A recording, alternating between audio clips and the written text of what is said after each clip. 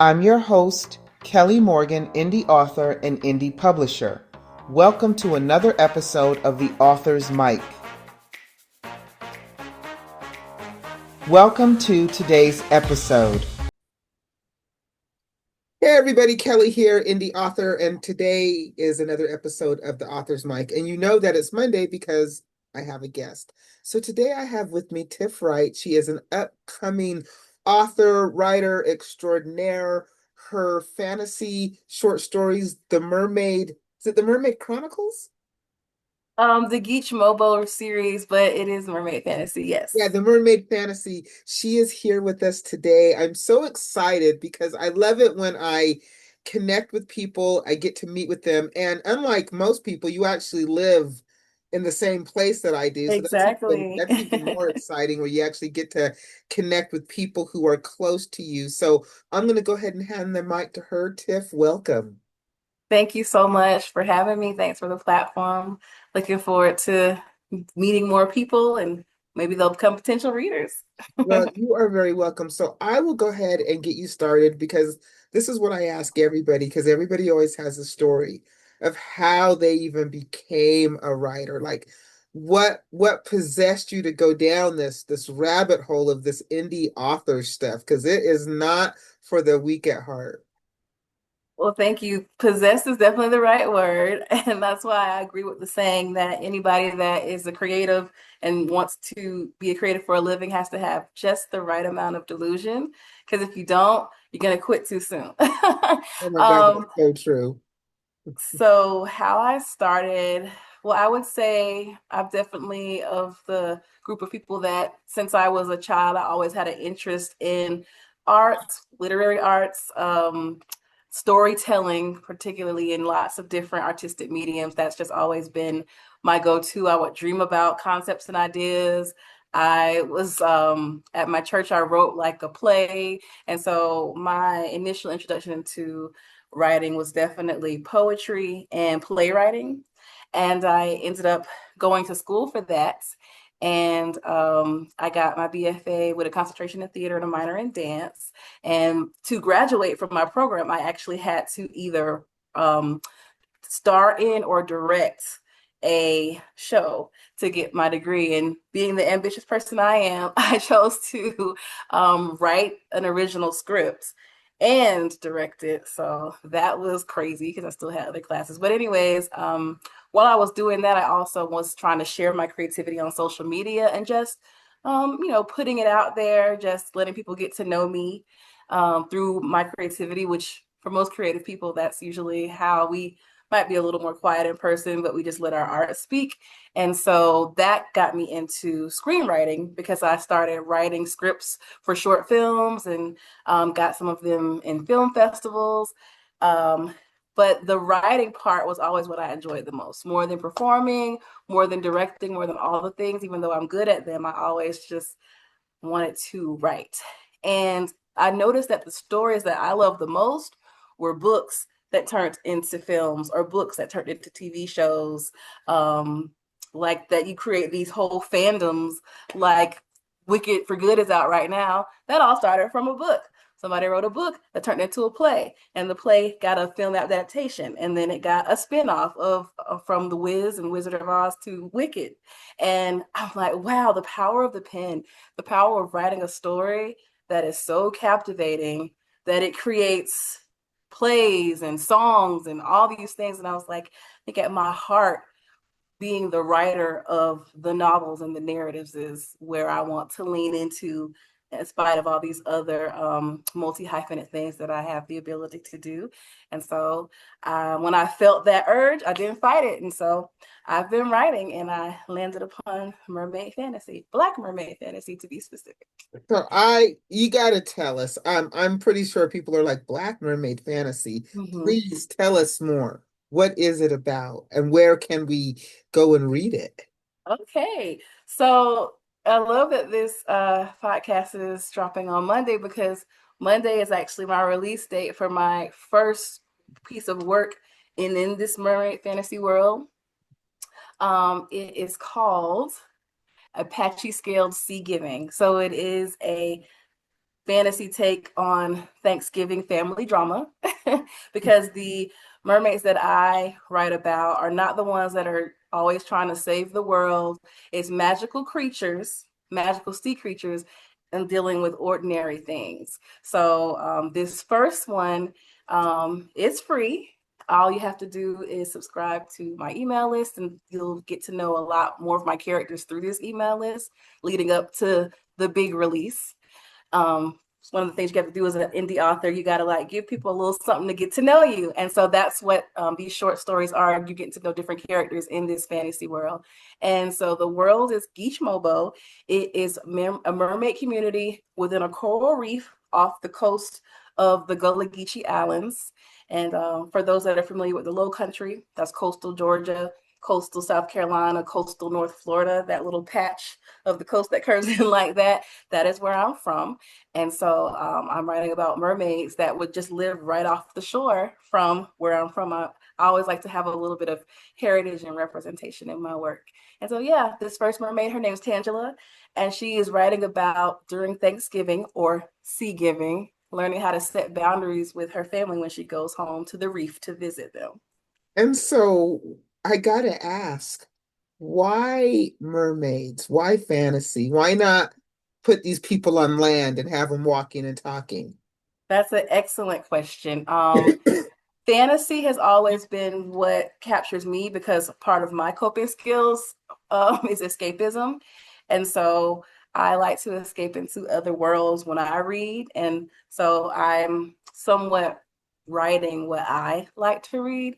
I think mermaids are amazing and a great vessel for writing about ordinary life things within a fantasy setting because they are half human and half sea creature. And so I thought it would be an interesting twist to see how they navigate those things because they have the elements of human and elements of living in the sea. And I just love mermaids. Little Mermaid was like my favorite growing up, and I've always just gravitated to mermaids. So are you a fantasy writer? Is that the genre, or do you have a genre? So yes, that is the genre. I will say when I first began to write, it was more so women's fiction, just my cathartic way of writing about what I'm dealing with as a woman, not necessarily romance, but all the things that women navigate. But putting it in a fantasy setting is just the perfect match for me. So you could say it's women's fiction fantasy that I'm writing, but a lot of my pieces I think will gravitate towards young adult. So that's why I don't say women's fiction fantasy, I just say fantasy. Gotcha. Because you know how some of those works kind of cross between both worlds. Like it's technically for young adults and college age, but the adults, we kind of take it over and we're enjoying it too, like Cars and Toy Story and The Right. Incredibles. Like any good cartoon out there, right? Yeah. Yes, exactly. Exactly. So you probably have done what a lot of writers dream of, which is seeing their stuff on film, right? You've directed.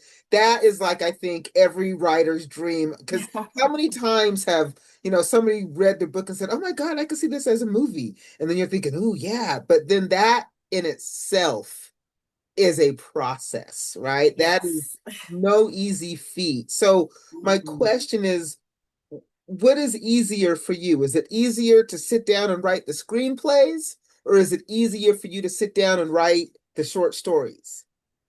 By far easier to write the screenplays just because you don't have to focus as much on the narrative and the descriptive. It's really like 90% dialogue.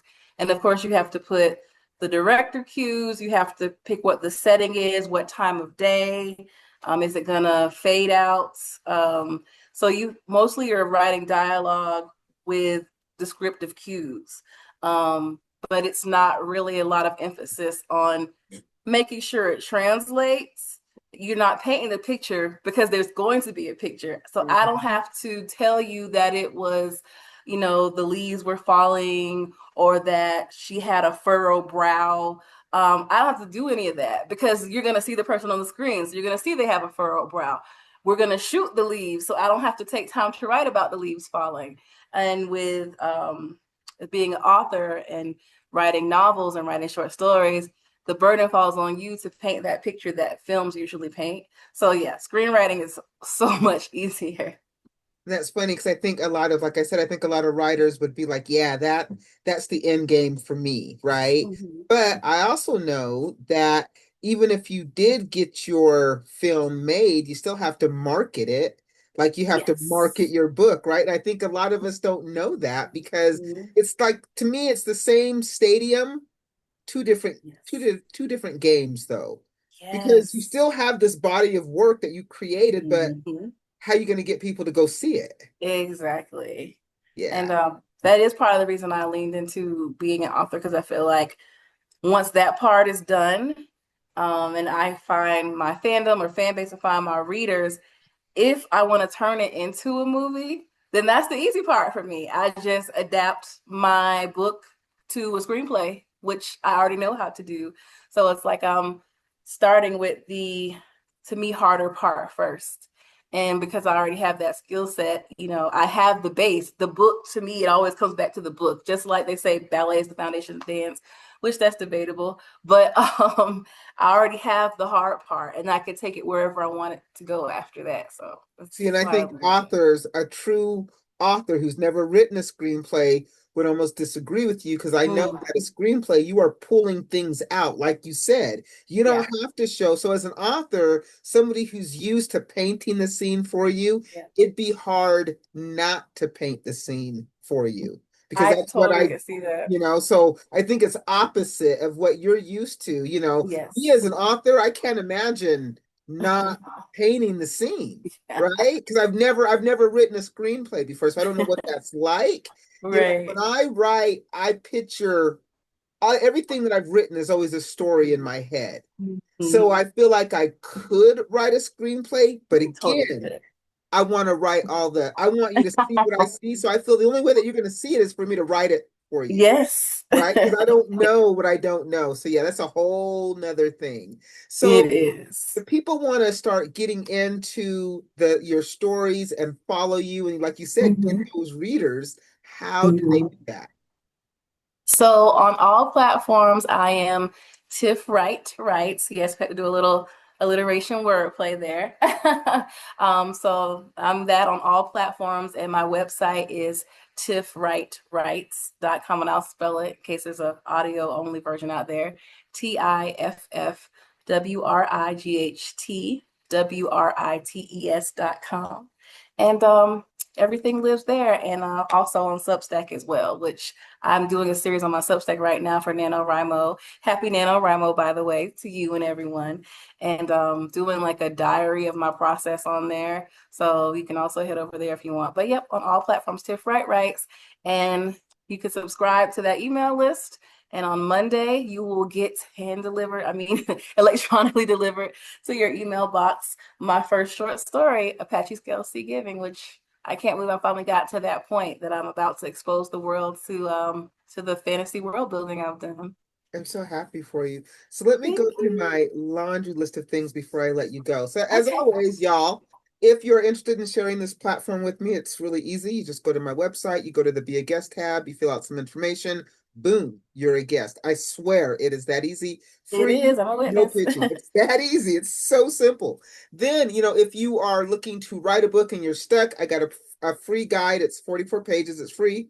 Go download it, start your journey. If you want to support me, I got two books out there. Wait for it and You Sound White.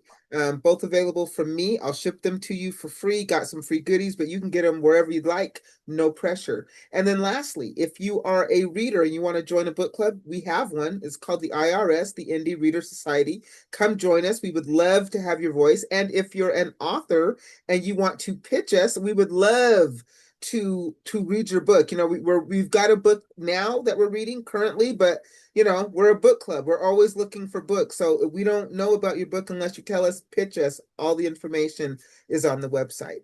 So back to you, Tiff. I got a question for you. If Okay. you could tell somebody, give somebody some advice, somebody out there who's thinking, you know what, I want to do what you do. I want to start my journey. I want to make a screenplay. You sound great. It's like all the things I want to do, you're doing. Like, how do I get started? What advice can you give me as somebody who maybe doesn't quite know where to start? Ooh, well, I would say the first piece of advice is vision cast to yourself. Like make a plan. Some people just kind of jump in or they get scared of making plans because what if the plan doesn't work? I feel like it's good to have that foundation. And then if you need to pivot, you just go back to the plan you've already created and just change a deadline or revise it in some way. But just starting out with a plan, step by step. I want to do this. I want to do this. I want to do this. I want to do this. And then underneath every task or goal, write the different steps to get there. Um, Researching helps with that a lot. Don't make a plan without researching.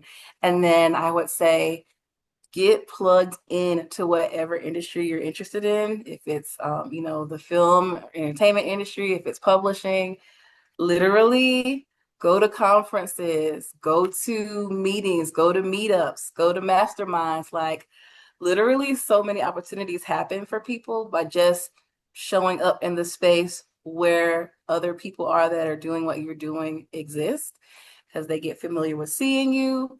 You get to build those relationships, and you never know when your shoulder will be tapped. Like, oh, there's this girl I always see at the book club, or this girl I always see at the convention, and she's writing about that. Or oh, you're an agent and you're looking for authors that write in that space. Oh, yeah, there's this girl that I know. Like so much is based off of recommendations, or just like word of mouth. Like word of mouth isn't dead, especially for people that social media hasn't served them as well. And I am one of those where I might have a lot of great content, but it doesn't matter if you don't pay to play or if just the algorithm is not on your side.